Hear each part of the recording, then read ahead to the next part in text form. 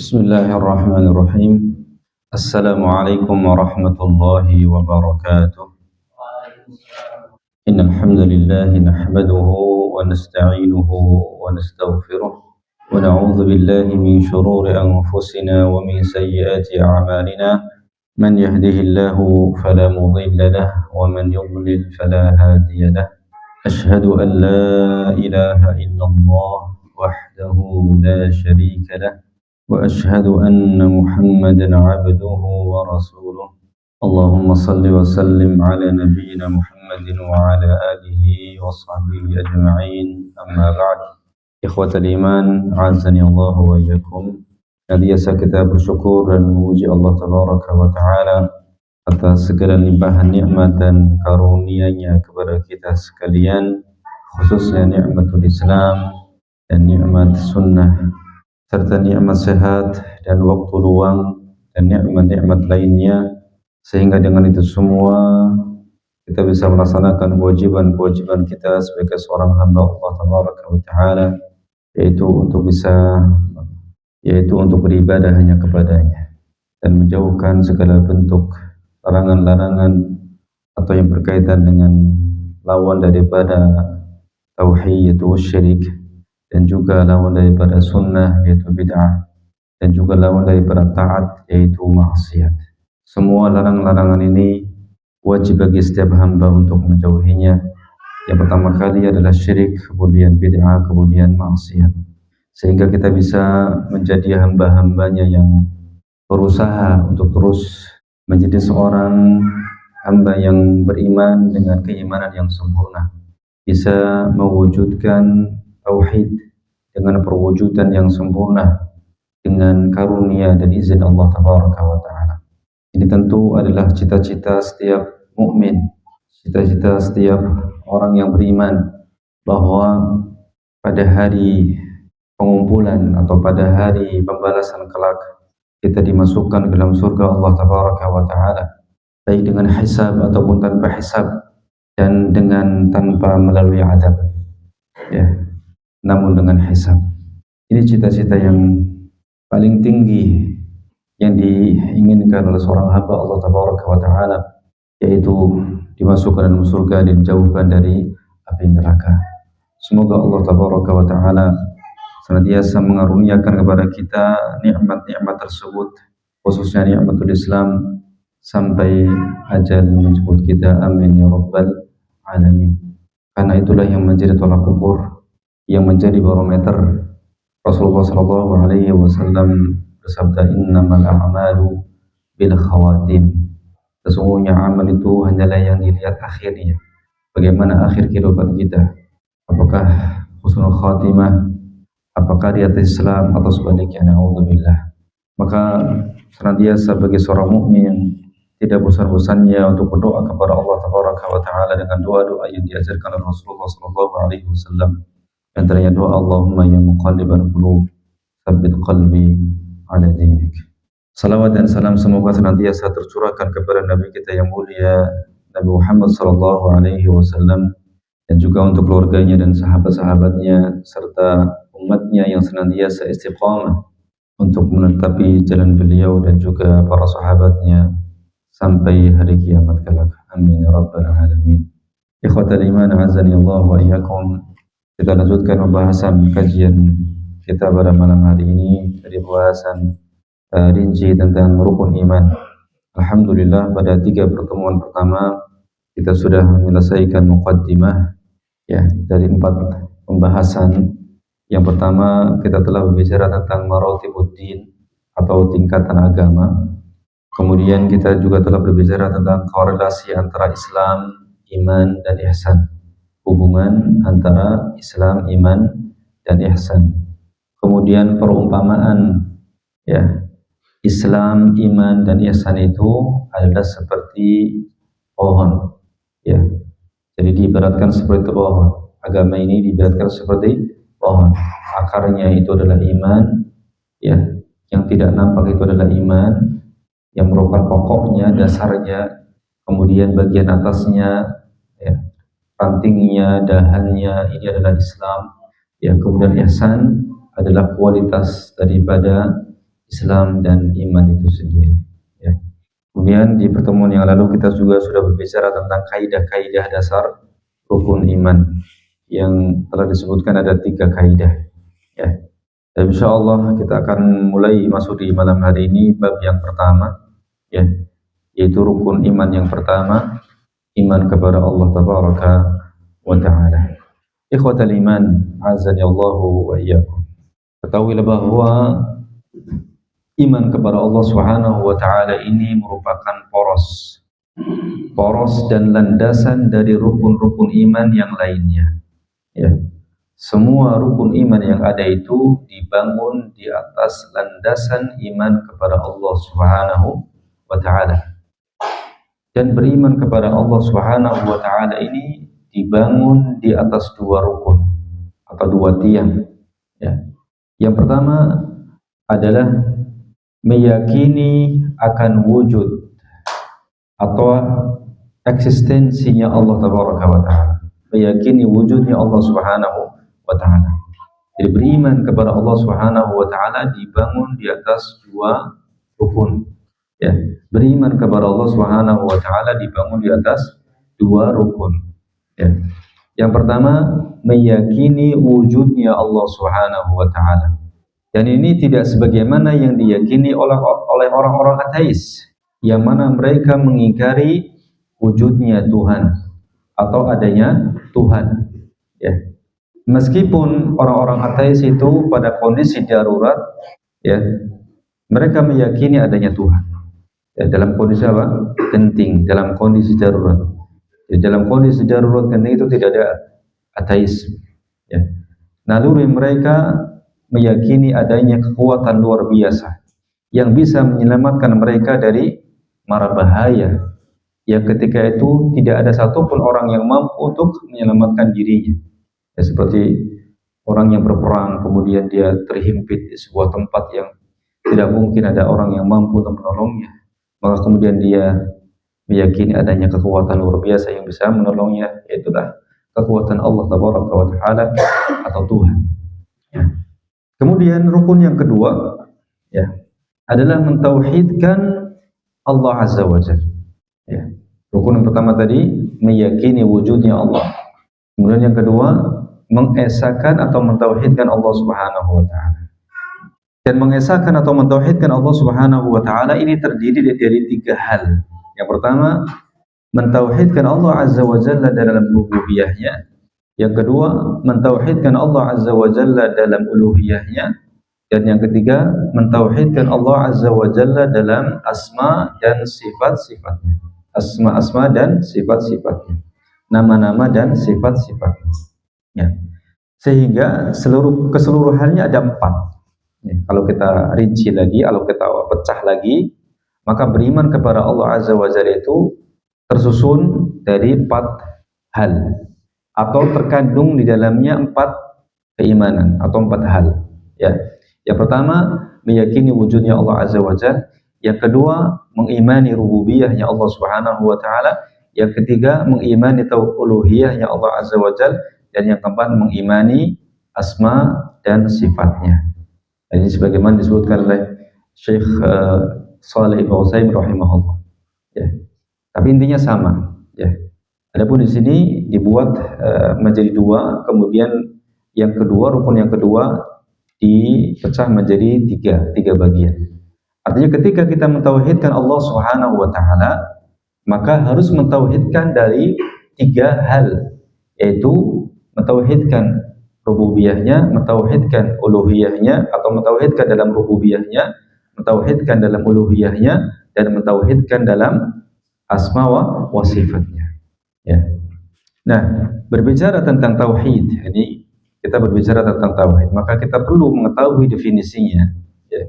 Bahwasanya kalimat tauhid ini berasal dari kata wahada yuwahhidu, tauhidan. Wahada yuwahhidu tauhidan, yang artinya menjadikan satu atau mengesahkan. Ya. Dan istilah tauhid juga disebutkan dalam hadis Nabi Shallallahu Alaihi Wasallam. Ya. Jadi istilah tauhid juga disebutkan dalam hadis Nabi Shallallahu Alaihi Wasallam. Jadi istilah ini adalah istilah yang sudah ada dari dulu, bahkan disebutkan dalam hadis Nabi Shallallahu Alaihi Wasallam. Ya. Di antaranya adalah dalam hadis Mu'adz bin Jabal, yaitu ketika Rasulullah Shallallahu Alaihi Wasallam mengutus beliau ke Yaman. Ya. Di dalam hadis yang berbunyi, innaka sata'ti qauman ahla kitab, fa idza ji'tahum fad'uhum ila an yashhadu an la ilaha illallah wa anna Muhammadan Rasulullah. Ya. Ini hadis riwayat Bukhari Muslim. Ya. Rasulullah mengatakan kepada Mu'adz bin Jabal, sesungguhnya engkau akan mendatangi satu kaum ahli kitab, satu kaum dari ahlu kitab, itu Yahudi dan Nasara. Ketika itu Yaman dihuni mayoritas oleh al-Yahud wan Nasara, ahlu kitab. Ya. Fa idza ji'tahum, jika kamu telah sampai kepada mereka, jika kamu telah mendatangi mereka, fad'uhum, maka serulah mereka, ajaklah mereka untuk bersaksi bahwasanya tidak ada ilah yang berhak ibadahi dengan benar kecuali Allah, dan untuk bersaksi bahwasanya Muhammad adalah Rasulullah atau utusan Allah. Dalam riwayat yang lainnya, riwayat Imam Bukhari, disebutkan dengan lafaz fa idza ji'tahum hal yakun awwala ma tad'uuhum ilaih ibadatullah. Fa idza ji'tahum hal yakun awwala ma tad'uuhum ilaihi ibadatullah.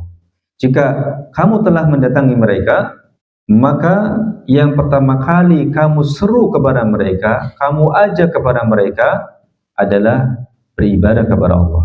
Dalam riwayat yang lain, juga riwayat Imam Bukhari dengan lafaz falyakun awwala ma tad'uuhum ilaihi an yuwahhidullah. Maka pertama kali yang kamu seru mereka kepadanya adalah agar mereka mentauhidkan Allah. Ya.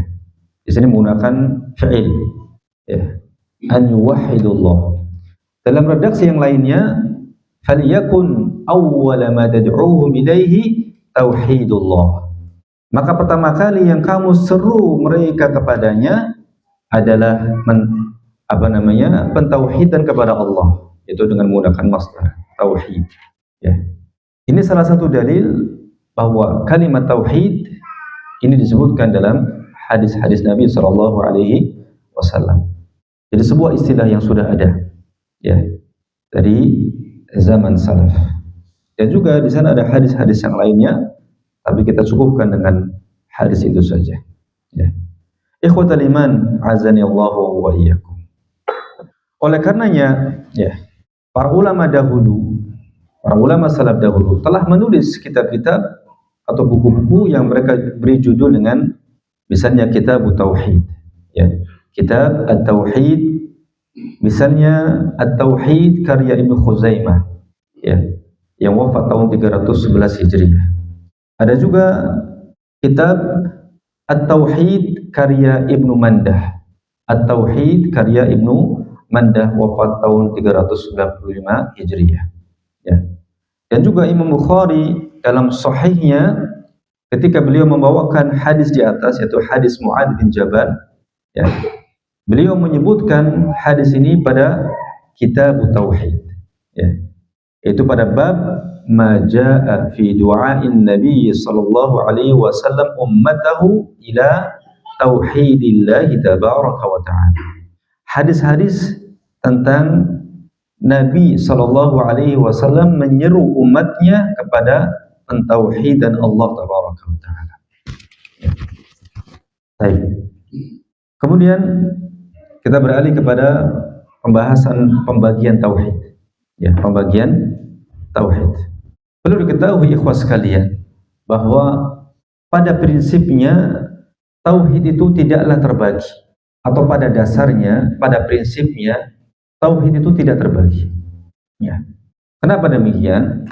Karena rububiyah Allah dan uluhiyahnya serta asma dan sifat-sifatnya ini merupakan satu kesatuan yang tidak bisa dipisah-pisahkan atau tidak terpisahkan. Ini adalah satu kesatuan yang harus utuh, yang menjadi syarat kebenaran iman seseorang atau tauhid seseorang. Ketika seorang meyakini wujudnya Allah, adanya pencipta, adanya Tuhan, ya, maka dia harus mengimani rububiyahnya Tuhan tersebut, yaitu Allah Azza wa Jalla, ya, mengimani uluhiyahnya dan juga mengimani asma wa sifatnya, sesuatu yang tidak bisa dipisah-pisahkan. Ini satu kesatuan. Prinsipnya demikian, ya. Prinsipnya demikian, ya.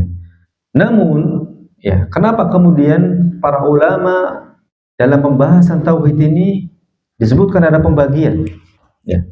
Maka kita harus tahu asal usulnya, ya, asal usulnya. Kenapa kemudian dalam pembahasan pembelajaran tauhid kita sering mendengar adanya apa? Pembagian tauhid. Kita katakan bahwa prinsipnya, ya, tauhid itu tidak terbagi-bagi. Ya, kita harus mengimani rububiyah Allah, uluhiyahnya dan asma wa sifatnya. Yang mana jika hilang salah satu darinya, tidak sah keimanan seorang. Ya, batal keimanan seseorang. Ya. Namun makhluklah atau kaum musyrikinlah yang pertama kali mengadakan pembagian tersebut. Nah, ini kaum musyrikin yang pertama kali mengadakan pembagian tersebut. Itu kapan itu terjadi? Yaitu ketika kesyirikan pertama kali muncul di muka bumi ini. Itu di zaman siapa? Di zaman Nabi Nuh alaihissalam. Di zaman Nabi Nuh alaihissalam. Sebelum zaman Nabi Nuh alaihissalam, sebelum kesyirikan terjadi pertama kali di muka bumi ini, yaitu sejak Nabi Adam sampai 10 kurun kemudian, ya, manusia semuanya berada di atas tauhid, ya, yang utuh, mengimani rububiyah Allah, mengimani uluhiyah Allah, ya, kemudian mengimani asma wa sifatnya. Bahwasanya Allah Azza wa Jalla memiliki nama-nama dan sifat. Dan ini sejak dahulu, sejak Nabi Adam alaihissalam. Kenapa kaum musyrikinlah yang pertama kali membagi-bagi tauhid ini? Karena kaum musyrikin mengimani Allah Azza wa Jalla pada satu sisi dan kufur pada sisi yang lain, yaitu mengimani bahwasanya Allah Azza wa Jalla adalah sang pencipta, sang pemberi rizki, ya, yang mengatur alam dan seterusnya, yang kita sebut dengan tauhid rububiyah, ya. Tapi mereka cacat dalam tauhid ibadah, tauhid uluhiyah, ya. Dan Allah Azza wa Jalla, ya, menjelaskan tentang kondisi kaum musyrikin Quraisy yang seperti ini, ya. Yang mana ketika seorang kondisi keimanannya seperti ini, mengimani rububiyah Allah tapi kufur atau ingkar kepada uluhiyah Allah, maka tauhidnya batal.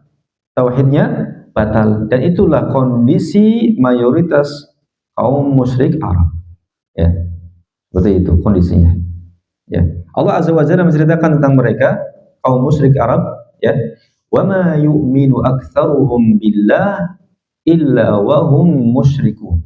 Wa ma yu'minu aktsaruhum billah illa wa hum musyrikun. Yusuf ayat 106. Surat Yusuf ayat 106. Di sini Allah Azza wa Jalla menetapkan keimanan untuk mereka dan menafikan pada diri mereka keimanan, ya. Ya.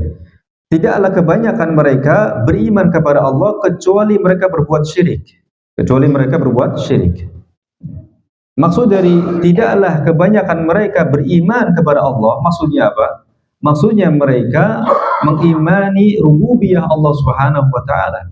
Tetapi keimanan mereka terhadap rububiyah Allah Subhanahu wa taala ini dicederai dengan kesyirikan mereka pada uluhiyah, atau kekufuran mereka, pengingkaran mereka terhadap uluhiyah Allah Subhanahu wa taala, illa wahum musyrikun, kecuali mereka dalam kondisi musyrik. Maksudnya apa?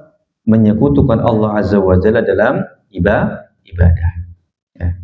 Di bagian yang pertama Allah menetapkan keimanan untuk mereka, yaitu keimanan mereka terhadap rububiyah Allah Subhanahu wa taala. Ya. Di bagian yang kedua, ya, kondisi mereka, ya, keimanan mereka itu tercampur dengan kesyirikan. Nah, keimanan mereka tercampur dengan kesyirikan. keimanan dalam rububiyah dan kesyirikan dalam uluhiyah. Itu kondisi kaum musyrikin Arab. Dan untuk itulah kemudian Rasulullah SAW diutus untuk mengembalikan mereka kepada kesatuan tauhid. Ya, jangan sampai dibagi-bagi. Mereka mengimani rububiyah Allah, mereka mengimani bahwa Allah pencipta, tapi mereka tidak mau mengikhlaskan ibadah mereka atau mempersembahkan ibadah mereka hanya untuk Allah. Ini salah. Karena pengakuan terhadap rububiyah Allah Azza wa Jalla mengharuskan mempersembahkan ibadah hanya kepadanya. Ya. Makanya banyak di dalam ayat, ya, Allah Azza wa Jalla melarang mereka untuk membagi-bagi tauhid ini. Maksudnya untuk membagi-bagi tauhid dalam artian, ya, mengimani sebagian tauhid dan mengingkari sebagian yang lain. Mengimani sisi yang satu dan mengingkari sisi yang lainnya. Allah melarang itu. Ya. Di antaranya dalam surat Al-Baqarah ayat 21 sampai 22. Allah Azza wa Jalla berfirman, "Ya ayuhan nasu u'budu rabbakumul ladzi khalaqakum walladzina min qablikum la'allakum tattaqun." Ya. Wahai manusia, sembahlah Rabb kalian. Sembahlah Rabb kalian yang telah menciptakan kalian dan orang-orang sebelum kalian agar kalian bertakwa. Ya. Alladzi ja'ala lakumul arda firasha, zat yang telah menjadikan untuk kalian bumi, ya, sebagai hamparan baginya, ya. Was samaa'a binaa'a, dan yang telah menjadikan langit sebagai atap. Wa anzala minas samaa'i maa'a, dan zat yang telah menurunkan dari langit, ya, air.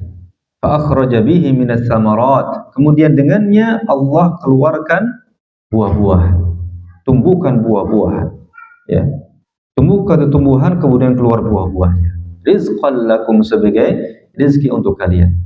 Nah, di sini larangannya. Fala taj'alu lillahi andada wa antum ta'lamun. Maka jangan kalian jadikan untuk Allah sekutu-sekutu, tandingan-tandingan.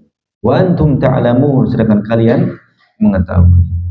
Di sini Allah Azza wa Jalla melarang untuk, ya, membagi-bagi tauhid dalam artian mengimani sebagian dan mengingkari sebagian lainnya. Ya. Dan di sini Allah Azza wa Jalla, ya, mengkaitkan perintah ibadah, ya, kepadanya semata dengan menyatakan bahwasanya dialah Allah Azza wa Jalla yang telah menciptakan mereka. Gitu. Ya. Maka ketika mereka mengakui, mengimani bahwasanya Allah lah yang menciptakan, maka mestinya ibadah mereka hanya untuk siapa? Allah Azza wa Jalla. Seperti itu. Ya. Ya. Maka dengan demikian klasifikasi atau pembagian para ulama terhadap tauhid, adanya pembagian tauhid itu adalah dalam rangka, ya, memudahkan pemahaman yang benar. Ya. Memudahkan pemahaman yang benar bahwasanya tauhid itu hakikatnya tidak terbagi, ya. Hakikatnya seseorang itu harus mengimani rububiyah, uluhiyah, dan asma wa sifat Allah Azza wa Jalla. Gitu. Sehingga kita bisa ya, mengetahui mana tauhid yang benar, mana tauhid yang tidak benar, atau mana keimanan yang benar, mana keimanan yang tidak benar. Dan tentu ketika kita berbicara masalah ini, kita merujuk kepada dalil. Ya. Kalau hanya ketika seseorang meyakini bahwasanya Allah pencipta saja, kemudian dia beribadah juga kepada selain Allah, berdoa kepada selain Allah, menyembelih untuk selain Allah, bernadar untuk selain Allah, ya, kemudian dikatakan imannya benar, maka ini keliru. Atau kemudian dikatakan seorang ahli tauhid, maka ini keliru. Ya, kenapa? Karena itulah kondisi kaum musyrikin Arab. Ya. Jangan dikatakan bahwa orang yang meyakini Allah pencipta saja, kemudian dia beribadah kepada yang lainnya, bertawakal kepada yang lainnya, ya, bertawakal kepada selain Allah maksudnya, maka kemudian selamat. Atau mungkin dikatakan imannya benar, enggak? Ya, ya. Baik, pembagian tauhid yang dijelaskan oleh para ulama ahlu sunnah, ya, ini maksud adalah tauhid rububiyah, tauhid uluhiyah, ya tauhid asma wa sifat. Atau ada juga dengan istilah ya lebih ringkasnya menjadi dua, yaitu tauhidul ilmi wal ma'rifah. Tauhidul ilmi wal ma'rifah, tauhid ilmu dan pengetahuan, ya. Yang ini adalah tauhid asma wa sifat dan tauhid rububiyah, ya. Tauhid rububiyah dan tauhid asma wa sifat ini keduanya disebut dengan tauhidul ilmi wal ma'rifah. Kemudian tauhidul amal yang kedua tauhidul amal wa talab. Tauhidul amal wa talab. Tauhid amal dan tuntutan. Yaitu maksudnya adalah tauhidul uluhiyah. Ya. Ketika seorang mengilmui dan mengetahui bahwasanya Allah Azza wa Jalla adalah pencipta, ya, maka yang dituntut dari orang tersebut adalah beramal untuk mempersembahkan ibadahnya hanya untuk Allah Tabaraka wa Ta'ala. Gitu. Jadi pembagian yang lainnya yang dua itu adalah tauhidul amal, tauhidul ilmi wal ma'rifah. Tauhidul ilmi wal ma'rifah mencakup tauhidul asma wa sifat dan tauhid rububiyah. Kemudian tauhidul amal wa talab itu tauhid uluhiyah. Tapi yang paling masyhur, ya, yang banyak dijelaskan oleh para ulama dalam kitab-kitab mereka yaitu tiga: rububiyah, uluhiyah dan asma wa sifat. Ya, tapi hakikatnya sama. Ya. Baik. Sekarang kita bahas yang pertama, tauhid rububiyah. Tauhid rububiyah. Apa itu tauhid rububiyah? Tauhid rububiyah yakni tauhidullahi bi af'alihi. Tauhidullahi bi af'alihi. Mengesahkan Allah Azza wa Jalla dalam perbuatan-perbuatannya. Mengesahkan Allah Subhanahu wa Ta'ala dalam perbuatan-perbuatannya. Ya. Yakni, ya, bahwasanya hanya Allah Azza wa Jalla yang melakukan perbuatannya tanpa campur tangan siapapun. Ya. Ketika Allah mencipta, ya, ketika Allah mengatur, ya, ketika Allah menghidupkan, mematikan, menurunkan hujan dan seterusnya, ya, ini semua perbuatan Allah Azza wa Jalla, ya, tanpa campur tangan, ya, dari yang lainnya, ya. Satu-satunya yang memberikan rezeki, satu-satunya yang menciptakan, satu-satunya yang menghidupkan dan seterusnya. Mengesahkan Allah Subhanahu wa Ta'ala dalam perbuatannya, ya. Dan tauhid rububiyah ini berporos pada tiga hal. Porosnya, ya, berporos pada tiga hal. Yang pertama, al-khalqu, penciptaan, ya, al-khalqu, penciptaan. Yang kedua, al-mulku, kepemilikan, ya. Al-khalqu, penciptaan, bahwasanya dialah satu-satunya yang menciptakan makhluk dari tidak ada menjadi ada, ya. Yang kedua, al-mulku, kepemilikan, yakni karena hanya Allah Azza wa Jalla yang menciptakan alam semesta ini, maka, ya, hanya Allah Azza wa Jalla yang memiliki itu semua, ya. Karena hanya Allah Azza wa Jalla yang menciptakan alam semesta ini, maka hanya Allah Azza wa Jalla yang memilikinya. Kemudian yang ketiga, at-tadbir, pengaturan, ya, pengaturan. Bahwasanya tidak ada bersama dengan Allah Azza wa Jalla yang mengatur alam semesta ini. Adapun adanya tugas-tugas yang diberikan kepada para malaikat itu semua dengan perintah Allah Azza wa Jalla, ya. Semua dengan perintah Allah Subhanahu wa Ta'ala, ya. Dan para malaikat tidak akan, ya, mengerjakan tugas tersebut kalau tidak ada perintah dari Allah, ya. Jadi hakikatnya Allah Azza wa Jalla yang menguasai, hakikatnya Allah Azza wa Jalla yang melakukannya, ya. Adapun para malaikat, ya, adalah makhluk Allah Azza wa Jalla yang diberikan tugas untuk mengarahkan angin misalnya atau mendung, kemudian menurunkan hujan dan seterusnya. Tapi hakikatnya semua atas perintah Allah Tabaraka wa Ta'ala, ya. Adapun tauhid uluhiyah, tauhid uluhiyah maknanya adalah ifradullahi bil ibadah. Ifradullahi bil ibadah, mengesahkan Allah Azza wa Jalla dalam ibadah, ya. Ifradullah bil ibadah artinya, ya, seorang hamba hanya boleh, ya, beribadah kepada Allah Subhanahu wa Ta'ala semata. Ya. Kalau tadi tauhid rububiyah, ya, itu berkaitan dengan af'alullah atau perbuatan-perbuatan Allah, mengesahkan perbuatan-perbuatan Allah. Maka adapun tauhid uluhiyah ini berkaitan dengan af'alul ibad atau af'alul abdi, ya, perbuatan-perbuatan seorang hamba, ya.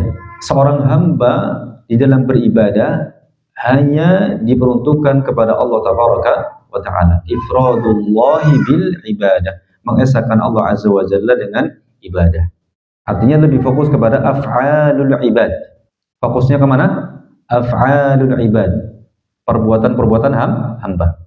Kalau tauhid rububiyah tadi fokusnya kepada af'alullah, ya, ifradullah bi af'ali. Ya. Kita meyakini bahwasanya ketika Allah menciptakan sendiri, memberi rezeki juga sendiri, satu-satunya yang menciptakan, satu-satunya yang memberikan rezeki dan seterusnya. Ya. Adapun tauhid uluhiyah, ya, maka ifradullah bil ibadah, mengesahkan Allah dalam ibadah. Ya. Adapun tauhid asma wa sifat, tauhid asma wa sifat, ya, yakni seorang hamba meyakini bahwa Allah azza wa jalla maha esa dengan kesempurnaan yang mutlak dari segala sisi dalam nama-nama dan sifat-sifatnya. Allah maha esa, ya, meyakini bahwasanya Allah maha esa dengan kesempurnaan yang mutlak, dengan kesempurnaan yang mutlak dari segala sisi dalam nama-nama dan sifat-sifatnya. Atau seorang hamba meyakini dan menetapkan bahwasanya Allah memiliki nama-nama dan sifat-sifat yang sempurna dari segala sisi, ya, tanpa ada kekurangan sama sekali.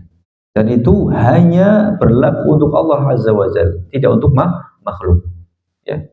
Kesempurnaan nama-nama dan sifat-sifatnya, keindahan nama-nama dan kesempurnaan sifat-sifatnya ini hanya milik Allah tabaraka wa ta'ala, kesempurnaan dari semua sisi, ya. Ini berbeda dengan makhluk. Kalau makhluk memiliki nama atau memiliki sifat, itu mesti ada kekurangan. Adapun bagi Allah azza wa jalla maka sempurna dari semua sisinya, ya. Kita harus mengimani yang demikian, ya. Meskipun bisa jadi ada kesamaan nama, ya, ada kesamaan penamaan antara nama, ya, dan sifat, ya, antara Allah azza wa jalla dengan makhluk, ya, tapi berbeda secara hakikatnya, ya. Nah, ikhwatal iman azakumullah, ketika berbicara tentang pembagian tauhid ini, ada sebagian orang menolak, ya, pembagian tauhid ini menjadi 3 atau 2, sebagaimana tadi kita sudah jelaskan, ya. Dan bahkan tidak tanggung-tanggung tuduhannya itu tuduhan yang berat, ya, tuduhan yang berat, yaitu tuduhan apa? Diumpamakan atau diserupakan dengan trinitas yang ada di Nasoro, ya. Ini sungguh perumpamaan atau permisalan yang sangat jauh, yang sangat jauh, ya. Di antara alasannya, ya, adalah mereka menganggap pembagian tauhid ini dianggap tidak berdalil, ya. Ada pula yang menganggap bahwa pembagian ini mirip keyakinan trinitas yang dimiliki oleh orang-orang Nasrani, ya. Bagaimana menanggapi tuduhan yang seperti ini, ya, atau bagaimana kita membantah atau menjawab tuduhan yang seperti ini, ya. Di antaranya tadi yang sudah kita jelaskan, bahwa prinsipnya dasarnya bahwa tauhid itu tidak terbagi, ya. Yang pertama kali membagi siapa? Kaum musyrikin, ya, pada zaman Nabi Nuh alaihissalam. Tapi kita bisa sanggah, ya, tuduhan mereka yang pertama, ya, bahwa pembagian ini merupakan sarana pembelajaran, ya, untuk sarana pembelajaran, wasilah ta'lim, ya, sarana pembelajaran, ya. Kita katakan bahwa pembagian ini didapatkan dari penyimpulan dengan metode istiqra, metode induktif atau istiqra, yakni ya, mengumpulkan ya data-data atau mengamati ya dalil-dalil yang ada di Al-Quran dan Sunnah, kemudian para ulama memberikan kesimpulan. Ya, namanya istiqra. Ya. Jadi pembagian ini didapatkan dari kesimpulan dengan metode istiqra atau penelitian, pengamatan terhadap dalil dari Al-Quran maupun As-Sunnah. Untuk menyanggah tuduhan tersebut, yang pertama kita katakan bahwa pembagian ini untuk sarana pembelajaran. Ya. Kita katakan bahwa pembagian ini didapatkan dari penyimpulan dengan metode istiqra, ya, atau induktif, mengamati kasus, ya, mengamati dalil, ya, dari Al-Quran dan juga Sunnah, kemudian memberikan kesimpulan. Dan ini yang dilakukan oleh para ulama, ya. Dan pembahasan ini telah ditulis panjang oleh penulis dengan ditulis secara panjang lebar oleh penulis dalam buku yang berjudul Bid'ah Hasanah, ya. Bakar Abu Zaid mengatakan hada taqsim al-istiqra'i ladai mutaqaddimi ulama'i salaf asyara ilaihi Ibnu Mandah wa Ibnu Jarir al-Tabari wa ghairuhuma wa qararahu Syekh al-Islam Ibnu Taimiyah wa Ibnu Qayyim wa qararahu Az-Zubaydi fi Taj al-Arus wa Syekhuna Shinqiti fi Adwa'il Bayan. Ya. Pembagian istiqra'i ini pengamatan terhadap dalil-dalil Al-Quran dan juga As-Sunnah, ini telah ada ya di sisi para ulama salaf terdahulu, ya, yang telah diisyaratkan kepadanya oleh Ibnu Mandah, Ibnu Jarir At-Tabari dan yang lainnya, dan ditetapkan oleh dua Syekhul Islam Ibnu Taimiyah dan Ibnu Qayyim, dan juga ditetapkan oleh Az-Zubaydi di dalam Tajul Arus, dan juga syekh kita atau syekh kami Asy-Shinqiti di dalam kitab Adwa'il Bayan, ya, dan juga yang lainnya rahimahumullahu al-jami', ya. Wa huwa istiqra'un tammun li nusus syara'. Ini adalah sebuah istiqra', sebuah pengamatan yang sempurna, ya, li nusus syar'i terhadap dalil-dalil syariat, dalil-dalil syariat dari Al-Quran dan juga As-Sunnah yang sahih, ya. Baik. Di samping bahwa dia hanyalah merupakan metode pembelajaran, ya, ini juga sebagaimana pembagian hukum syariat. Nah, sebagaimana adanya pembagian hukum syariat yang 5 itu, ada wajib, ada mustahab, ada mubah, ada makruh, ada haram. Ini juga berdasarkan pengamatan-pengamatan daripada dalil, ya. Kemudian juga hal itu sebagaimana adanya pembagian kata dalam bahasa Arab. Ada fi'il, ada ism, ada harf, ya. Apakah Nabi pernah membuat pembagian seperti itu? Ada tidak? Tidak ada. Tapi itu adalah hasil istiqra' para ulama, pengamatan terhadap dalil Al-Quran maupun As-Sunnah, atau pengamatan terhadap Al-Quran dan juga Al-Hadis. Maka ditemukan bahwa dalam bahasa Arab itu ada 3 kata, atau kata terbagi menjadi 3, yaitu ism, fi'il, dan harf, ya. Ya. Sama seperti itu. Dan Rasulullah SAW tidak pernah melakukan pembagian seperti ini secara eksplisit atau secara gamblang, ya, tidak pernah. Sebagaimana ilmu syariat, saya katakan, sebagaimana ilmu syariat, ya, ada pembahasan tauhid, ada tafsir, ada hadis, ada fikih. Di zaman Nabi tidak ada namanya kajian-kajian seperti itu, ya. Gitu. Majelis Nabi ya satu gitu, kajian tentang apa? Syariat, ya. Tapi kemudian di zaman berikutnya para ulama, ya, memecah-mecah atau membagi-bagi pembahasan ilmu din itu kepada ilmu-ilmu itu dalam rangka apa? Memudahkan pembelajaran, berbicara tentang akidah, tauhid, berbicara tentang tafsir, berbicara tentang hadis. Tapi ujungnya semuanya satu, saling menyambung, saling terhubung. Ketika kita berbicara hadis tentang akidah, ya berbicara tentang apa? Akidah. Ketika kita berbicara tentang hadis, berbicara tentang tafsir, berarti berbicara tentang apa? Tafsir. Nah, begitu, ya. Sama seperti itu kondisinya, ya. Jadi itu hanya wasilah untuk mengetahui atau untuk apa? Belajar. Ya. Seperti halnya saat ini di zaman ini ada klasifikasi kelas, ya kan? Klasifikasi kelas, arak belajar dari TK, ya SD, SMP, SMA, ya. Itu semua untuk apa? Wasilah untuk pembelajaran, ya. Sarana untuk pembelajaran, ya. Bahkan kita katakan ya Pak sekalian, sekiranya tanpa pembagian pun tidak mengapa. Sekiranya tanpa pembagian pun tidak mengapa. Ya. Kenapa? Sebab yang paling penting ya dan yang paling mendasar itu adalah tidak salah dalam merealisasikan tauhid dan iman kepada Allah. Ya. Itu yang paling mendasar, yang paling penting. Ya. Yang jelas kalau ditanyakan apakah Nabi dan para sahabat meyakini bahwa Allah sajalah yang mencipta, mengatur dan memiliki, maka jawabannya iya. Ya. Nah, inilah yang kita sebut dengan tauhid rububiyah. Ya. Lalu apakah Nabi dan para sahabat hanya beribadah kepada Allah Azza wa Jalla semata? Maka jawabannya iya. Nah, inilah yang disebut dengan tauhid uluhiyah. Ya. Selanjutnya, apakah Nabi dan para sahabat meyakini bahwa Allah memiliki nama-nama dan sifat-sifat yang tidak ada sesuatu pun yang setara dengannya? Maka jawabannya iya. Dan ini adalah tauhid asma wa sifat. Kalau seandainya ada seorang tidak mengetahui pembagian ini, ya, tapi dia meyakini Allah sebagai pencipta, kemudian dia tidak menyekutukan Allah Azza wa Jalla dalam ibadah, ya, dan meyakini Allah memiliki nama-nama dan sifat yang tidak sama dengan makhluk, maka sah keimanannya walaupun dia tidak mengetahui pembagian itu. Ya. Karena yang penting adalah realisasinya, perwujudannya. Kalau tahu pembagian kemudian tidak mengamalkan, ya sama saja. Ya, antum sudah tahu pembagian.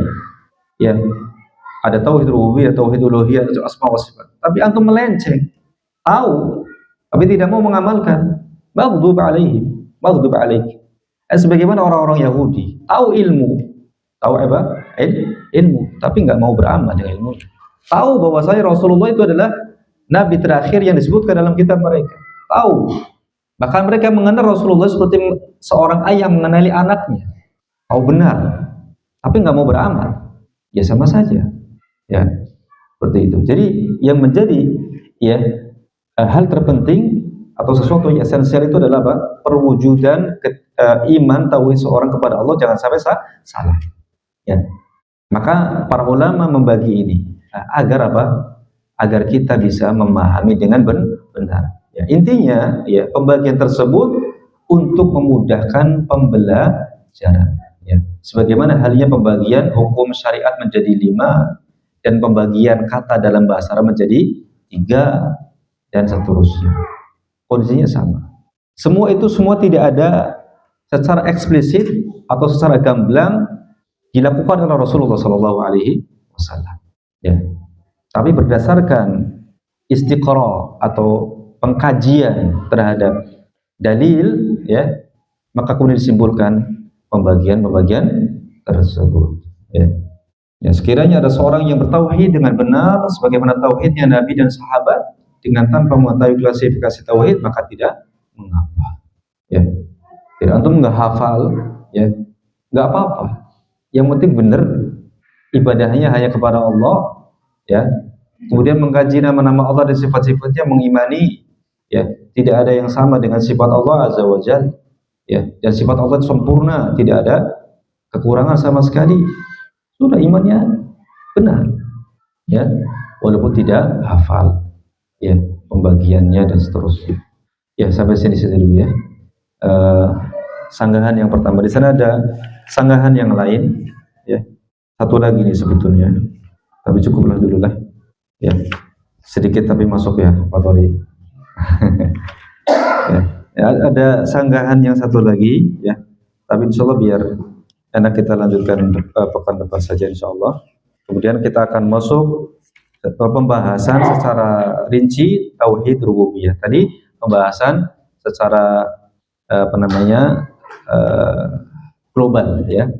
Tauhid rububiyah, tauhid uluhiyah dan tauhid asma wa sifat. Nanti akan dibahas satu persatu dari 3 tauhid tersebut secara rinci. Wassallallahu ala nabiyina Muhammadin wa ala alihi wa sahbihi wasallam. Wa akhiru da'wana alhamdulillahi rabbil alamin. Subhanakallahumma bihamdik asyhadu an la ilaha illa anta astaghfiruka wa atubu ilaik. Assalamualaikum warahmatullahi wabarakatuh.